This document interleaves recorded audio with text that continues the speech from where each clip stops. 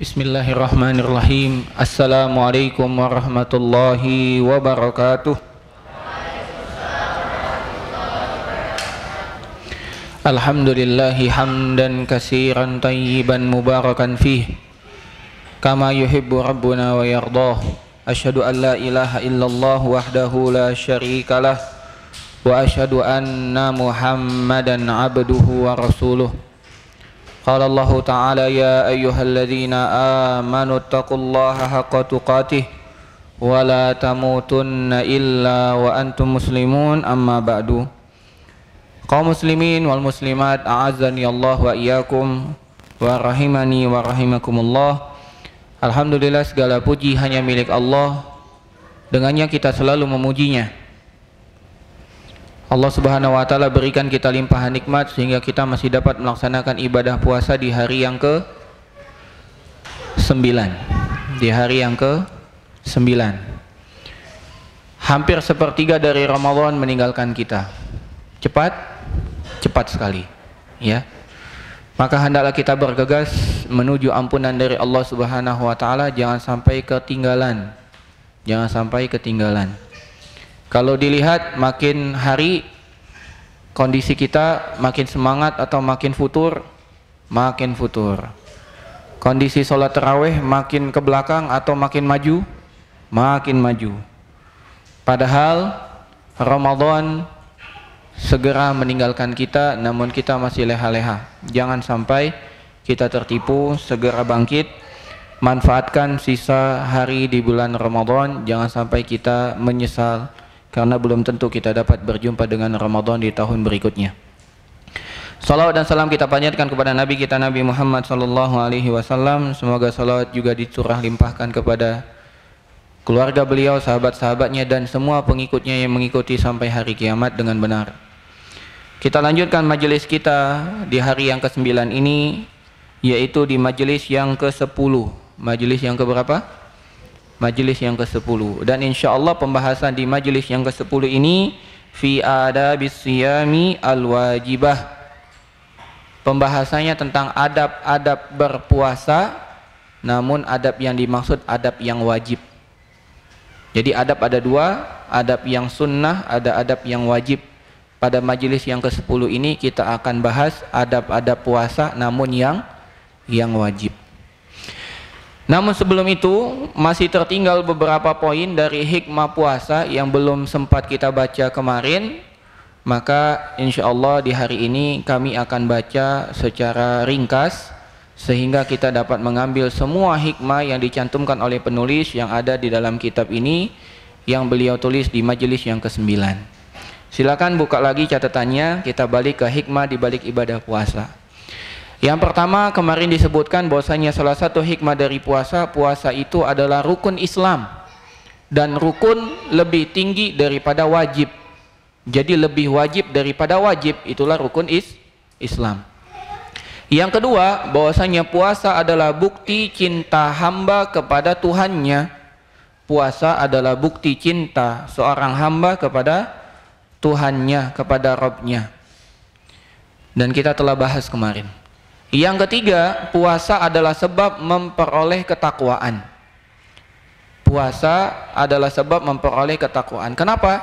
Karena puasa ini menahan diri dari yang mubah. Makan mubah, minum mubah, hubungan suami istri mubah. Namun kita tahan demi mengharapkan ridha Allah. Kalau yang mubah saja kita bisa menahan, apalagi yang makruh, apalagi yang haram. Kalau kita meninggalkan diri dari yang makruh dan yang haram serta melaksanakan ketaatan kepada Allah, maka kita akan memperoleh takwa. Apa makna takwa? Melaksanakan semua perintah Allah dengan semaksimal yang kita mampu dan meninggalkan semua larangan Allah. Itu makna takwa, dan puasa menjadikan kita bertakwa dengan melaksanakan yang wajib dan meninggalkan yang mubah. Yang mubah saja ditinggalkan, apalagi yang makruh dan haram. Yang keempat, puasa menjadikan hati fokus untuk berfikir dan berzikir kepada Allah. Menjadikan hati kita ini kosong dari memikirkan yang lain. Hati kita berfikir untuk hal-hal yang positif dan berzikir kepada Allah. Kemarin kita sampaikan, jika kita kenyang, maka nafsu kita tidak dapat kita kontrol. Jadi kolbu kita ini, hati kita ini kemana-mana berfikirnya. Tapi kalau dia lapar, dia penuhi untuk berzikir kepada Allah Subhanahu wa ta'ala. Makanya kata Syekh Albani rahimahullahu ta'ala, ketika ditanya kenapa beliau selalu mendawamkan puasa Senin dan Kamis, kata beliau, pertama karena itu merupakan yang didawamkan oleh Rasul. Rasul mendawamkan puasa Senin Kamis. Yang kedua, itu lebih mudah bagiku memahami suatu perkara. Ketika aku berpuasa, aku lebih encer dalam memahami suatu permasalahan. Jadi kalau selama ini kita sulit ngapal, sulit memahami pelajaran, kok belajar tidak masuk-masuk, coba berpuasa. Coba berpuasa. Semoga dengan puasa itu pikiran kita lebih jernih, hati kita lebih siap menerima kebenaran. Ya, coba kalau kita sulit untuk menerima materi pelajaran di kelas, puasa. Kalau kita sulit menghafal, puasa. Menghafal mutun, menghafal hadis, menghafal apa? Al-Quran, maka kita coba dengan puasa. Yang kelima dari hikmah berpuasa adalah menjadikan orang kaya menyadari betapa besar nikmat yang Allah berikan kepadanya. Kemarin kita telah singgung. Jadi orang kaya tahu selama ini dia mudah sekali mendapatkan makan, minum tanpa berpikir dari siapa. Ketika dia berpuasa, dia tahu, oh, selama ini aku makan, minum itu nikmat Allah. Buktinya ketika Allah menahan aku tidak bisa makan, minum sesuka hatiku. Nah, yang keenam, puasa juga menjadikan orang kaya merasakan kesulitan orang miskin. Jadi sadar orang kaya itu bahwasanya ada orang miskin, susah makan, susah berpakaian, susah minum, susah istirahat. Ya. Sehingga menjadikan dia hikmah yang ketujuh, menjadikan orang kaya mudah untuk mengeluarkan hartanya berbagi kepada si miskin. Ini hikmah yang ketujuh, menjadikan orang kaya lebih mudah mengeluarkan hartanya berbagi kepada si miskin. Makanya kata Nabi SAW, beliau adalah orang yang paling dermawan. Dan ketika masuk bulan Ramadan, Rasul itu menjadi lebih dermawan lagi. Bagaikan angin yang berhembus. Jadi beliau sedekah itu bagaikan angin yang berhembus, mudah. Enak keluar hartanya, keluar gitu. Ya. Inilah kenikmatan bagi hamba yang Allah lapangkan rezekinya. Ya Rasulullah, zahaba ahlud dusur.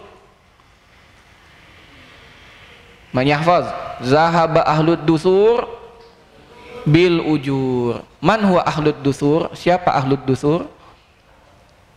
Orang yang punya harta. Telah pergi orang yang punya harta dengan pahala yang begitu banyak. Ini salah satunya. Bulan Ramadan adalah bulan bagi dia untuk menjadi orang yang paling dermawan. Butuh apa? Minum, beli minum. Butuh apa? Makan, beli makan. Butuh apa? Masjid, mic, beli mic. Butuh apa? Masjid, butuh kamera, beli kamera. Butuh apa? Masjid, butuh AC, AC baru 5, tambah daya. Butuh token, kasih token. Semua mudah bagi dia mengeluarkan hartanya. Ya. Siapa santri yang belum bayaran, dibayarkan SPP-nya. Itu semua ketika bulan Ramadan ini harusnya kita menjadi orang yang paling dermawan, karena Rasul pun seperti itu. Yang kedelapan, hikmah dari puasa ini adalah puasa menjadi ajang menahan, menguasai dan mengekang hawa nafsu. Ini yang terakhir kita sampaikan kemarin ya. Yang kedelapan, puasa menjadi sarana pendidikan menahan, menguasai dan mengekang hawa nafsu. Kenapa? Karena hawa nafsu kita ini selalu menyeru kepada keburukan. Kalau kita tidak kekang, tidak kita tahan, tidak kita kuasai, maka kita akan terjerumus ke dalam malapetaka dan bencana. Hawa nafsu kita ini selalu menyeru kepada yang jelek. Innan nafsa la ammaratum bisu. Sesungguhnya hawa nafsu jiwa ini selalu menyeru kepada yang jelek. Makanya butuh ilmu agama untuk mengekang. Dan salah satu sarananya adalah dengan puasa, mengekang. Yang mubah saja kita kekang, apalagi yang haram dan maksiat, ya. Kemudian yang keberapa? Yang kesembilan. Ya. Puasa dapat menghancurkan kesombongan dan menjadikan orang tawadu. Puasa ini dapat menghancurkan kesombongan. Dan ada ancaman tersendiri bagi orang yang sombong. Kata Nabi SAW, la yadkhulunal jannah man kana fi qalbihi mithqala dzarratin minal kibar. Tidak masuk surga orang yang dalam hatinya ada kesombongan. Apa makna kesombongan? Pakai baju bagus, pakai peci bagus, pakai celana bagus, pakai jubah bagus, pakai gamis bagus, bukan. Mobilnya bagus, motornya bagus, bukan. Laptopnya bagus, kameranya bagus, bukan. Apa kata Nabi SAW? Sombong itu adalah menolak kebenaran, merendahkan manusia. Saat kita memandang manusia hina, maka itulah sombong. Saat kita menganggap kita yang paling hebat, itulah sombong. Saat kita melihat orang lain lebih rendah keilmuannya daripada kita, maka itulah sejatinya sombong. Ya, jadi tidak boleh. Walaupun antum semua sudah nyantri di Pondok Pesantren Al-Madinah, tidak boleh merendahkan manusia. Kalau antum merendahkan manusia, antum telah tercebur dalam kesombongan. Dan barang siapa yang dalam hatinya ada kesombongan, tidak dapat masuk surga. Kalau tidak masuk surga, masuknya kemana? Ke neraka. Karena di akhirat tidak ada pilihan kecuali surga atau neraka. Ya. Jadi orang puasa itu sombongnya hilang, hancur. Kenapa? Bagaimana mungkin aku mau sombong, makan saja aku tak mampu. Bagaimana mungkin aku mau sombong, minum saja aku tak mampu. Ternyata aku ini masih di bawah kekuasaan Allah Subhanahu wa ta'ala. Bagaimana mungkin aku sombong? Kalau orang tidak puasa, semua yang dia mau bisa dilaksanakan. Dia mau beli apa, makan apa, minum apa, mau nikah berapa kali, ya gitu. Bisa kalau dia tidak berpuasa. Boleh nggak orang menikah di Ramadan? Tidak boleh, karena hukum menikah artinya hubungan badan itu tidak boleh. Walaupun dia punya istri 4, tidak bisa. Maka hilanglah kesombongannya. Dia akan mengatakan, siapa yang lebih hebat daripadaku? Allah Subhanahu wa ta'ala. Oh Allah, maka dia hancurlah kesombongannya. Tapi kalau dia tidak puasa, analah yang paling hebat, istri 4, ya. Padahal istri 4 tidak menunjukkan kehebatan seseorang. Bahkan orang yang tidak punya istri bisa jadi lebih bertakwa di hadapan Allah Subhanahu wa ta'ala daripada istrinya 4. Sebaliknya, istri 4 bisa jadi lebih bertakwa daripada yang tidak punya istri. Tergantung ketakwaan, bukan dilihat dari berapa istri. Apalagi berapa suami, itu jelas salah. Anak punya lebih dari 1 suami, itu sesat, menyesatkan. Yang keberapa lagi? Yang ke-10. Puasa dapat menyempitkan aliran darah. Puasa dapat menyempitkan aliran darah. Makanya antum lemes. Aliran darah antum melambat. Yang awalnya pembuluh darah antum besar, ketika antum berpuasa jadi kecil.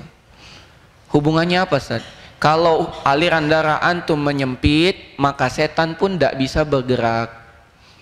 Loh, emang setan ada di aliran darah? Betul. Kata Nabi SAW, setan itu masuk ke dalam tubuh manusia melalui edaran darah. Maka ketika antum menyempitkan aliran darah antum dengan berpuasa, antum sedang menyempitkan jalan setan. Sedang menyempitkan jalan setan. Ini hikmah puasa. Yang ke-11, ya, dan ini yang terakhir, puasa adalah sebab memperoleh kesehatan tubuh. Puasa adalah sebab memperoleh kesehatan tubuh. Kenapa? Karena selama ini kita ini yang kemarin kita baca, yang paling jelek yang dipenuhi oleh anak Adam itu adalah perutnya. Harusnya maksimal 1/3 makan, 1/3 minum, 1/3 nafas. Kita 1/3 kebanyakan lebih, setengah bahkan penuh makanan semua, minum pun tak muat. Maka ketika puasa inilah sarana kita mengistirahatkan anggota tubuh yang telah over dalam bekerja. Kalau di mesin itu udah overload, overhead, udah kepanasan. Kalau antum motornya 2 tak, udah kepanasan, mati motor antum. Ya. Kalau motor 4 tak bisa jalan terus. Motor 2 tak kepanasan, overhead, ya, maka mati mesinnya. Begitu juga tubuh kita, jantung, paru-paru, usus, lambung, semua bekerja non-stop 11 bulan. ketika Ramadan dia istirahat, maka kembali lagi dia ke pengaturan awalnya. Maka tubuh kita menjadi sehat. Karena tubuh kita berdasarkan ilmu biologis, ya, ilmu biologi yang antum pelajari atau ilmu IPA yang antum pelajari, tubuh kita ini ada ambang batas. Kalau sudah lewat ambang batas, maka itu warning, harus segera kembali ke ambang batas. Kalau diteruskan, maka bisa-bisa sakit. Orang terlalu banyak mengkonsumsi gula, dia tidak mengatur gulanya, maka dia kena sakit gula darah, ya, diabetes miletus, ya, diabetes miletus, ya. Dia kebanyakan makan asam, maka jadilah asam urat, ya, maka harus di ambang batasnya. Inilah 11 hikmah dari hikmah-hikmah puasa. Lebih lagi sebetulnya, namun karena keterbatasan ilmu kita dalam mengetahuinya, maka hanya 11 yang dapat kita sampaikan. Nah, sekarang kita baru masuk ke adab puasa. Yang pertama dari adab puasa, dan yang dimaksud adab puasa di sini adalah adab puasa yang wajib. Adab puasa yang wajib. Karena adab puasa ada dua. Yang pertama yang wajib, yang kedua yang sunnah. Hari ini kita ambil yang wajib, besok yang sunnah. Yang wajib apa saja? Yang pertama, cuman ada dua. Adab puasa yang wajib itu cuma ada dua. Yang pertama adalah melaksanakan semua kewajiban-kewajiban yang Allah tetapkan. Ini yang pertama. Puasa tidak menggugurkan kewajiban yang lain, bahkan menambah kewajiban tersebut. Karena kita sedang dalam bulan yang mulia. Jadi puasa tidak menghilangkan kewajiban-kewajiban syariat yang lain, tetap. Dan dari syariat-syariat kewajiban tersebut yang paling utama untuk kita jaga adalah sholat. Kata Nabi SAW, awwalu ma yuhasabu bihil abdu yaumal qiyamati as-sholah. Yang pertama kali yang akan dihisab di hari kiamat adalah sholat. Jangan sampai kita puasa tapi tidak sholat. Ya, jangan sampai kita berpuasa namun tidak sholat. Kita makan sahur semangat, habis makan sahur tidur, tidak sholat subuh, celaka kemudian celaka. Karena kita puasa kita tidur, kita ketiduran sholat zuhur dan sholat asar, celaka.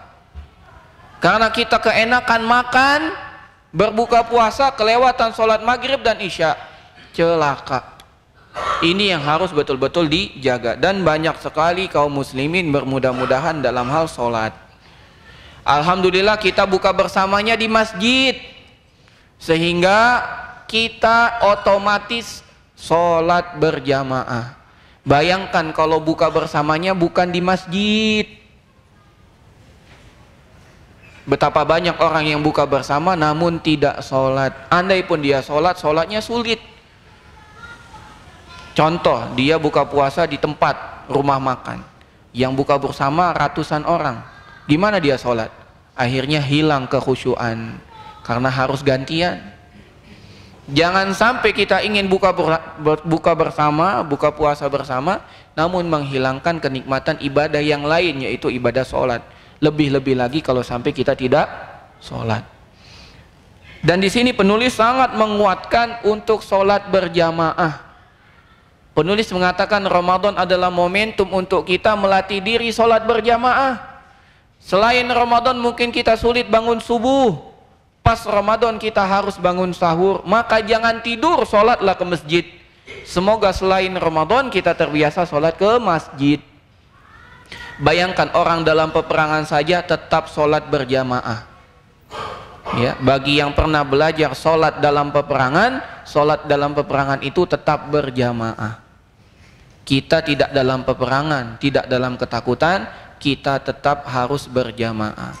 Maka lebih wajib lagi.